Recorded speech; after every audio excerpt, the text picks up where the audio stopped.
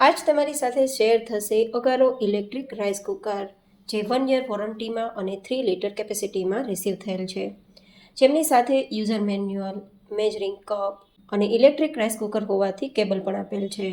સાથે 2 સ્પેચ્યુલા આપેલ છે, એક રાઈસ એન્ડ સબ્જી માટે અને બીજું દાળ અને સૂપ માટે.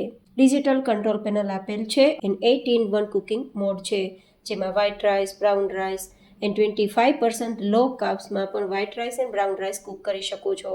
સાથે સ્ટીમ કરી શકો છો, ઢોકળા, ઇડલી, મોમોઝ બનાવી શકો છો. કીપ વાર્મ ફંક્શન આપેલ છે, જેથી તમે લાંબા સમય સુધી રાઈસને કે પછી કોઈ પણ વેરાયટીને વાર્મ કે ગરમ રાખી શકો છો.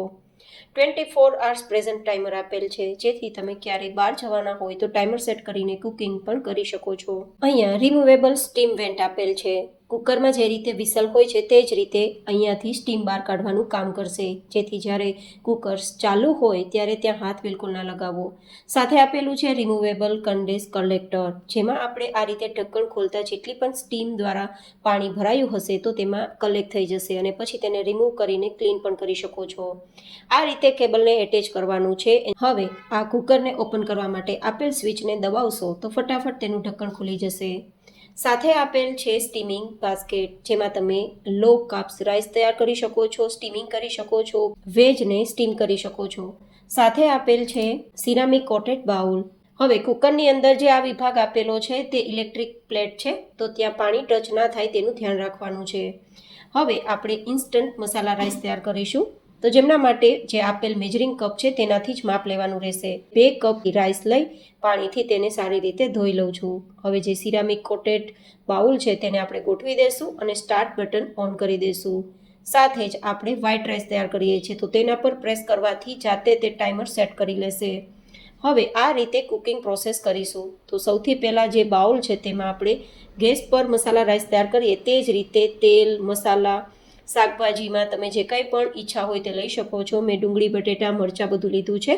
મસાલામાં પણ નમક, હળદર, લાલ મરચું અને ધણાજીરું પાવડર મિક્સ કરી દઉં છું.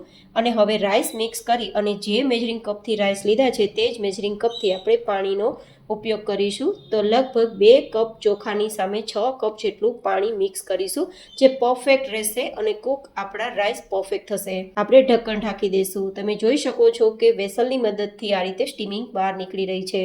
હવે તમને ટાઈમર પણ બતાવી દઉં છું. લાસ્ટ 10 મિનિટ જ તમને ટાઈમ બતાવશે અને ટાઈમ પૂરો થતાં વ્હાઇટ રાઈસ પરથી જે લાઇટ છે તે જતી રહેશે અને કીપ વાર્મ પર જશે. કુકર ખોલશું નહીં ત્યાં સુધી રહેશે. ઇન શોર્ટ, આપણા રાઈસ લાંબા સમય સુધી વાર્મ રહેશે.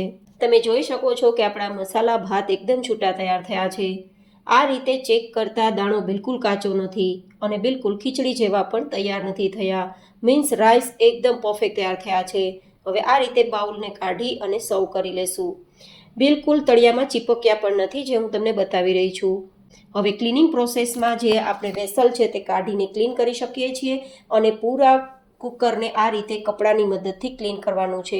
અહીંયા ડિટર્જન્ટનો ઉપયોગ બિલકુલ નથી કરવાનો. હવે જે આ બાઉલ છે તેને ઠંડુ કરવાનું છે અને ઠંડુ થઈ ગયા બાદ એકદમ માઇલ્ડ જે સોપ હોય અને માઇલ્ડ સ્પંજ હોય તેનાથી ક્લીન કરવાનું છે. એ ખાસ ચેક કરવાનું કે કોઈ સ્ક્રબરનો યુઝ નથી કરવાનો. પાણીથી સાફ કરી કપડાથી લૂછી પછી જ ફરીથી તમે કુકરમાં તેનું કૂક કરવા માટે યુઝ કરી શકો છો. જો તમે પણ આ ઇલેક્ટ્રિક રાઈસ કુકર ખરીદવા માંગો છો તો નીચે ડિસ્ક્રિપ્શન બોક્સમાં લિંક આપેલી છે.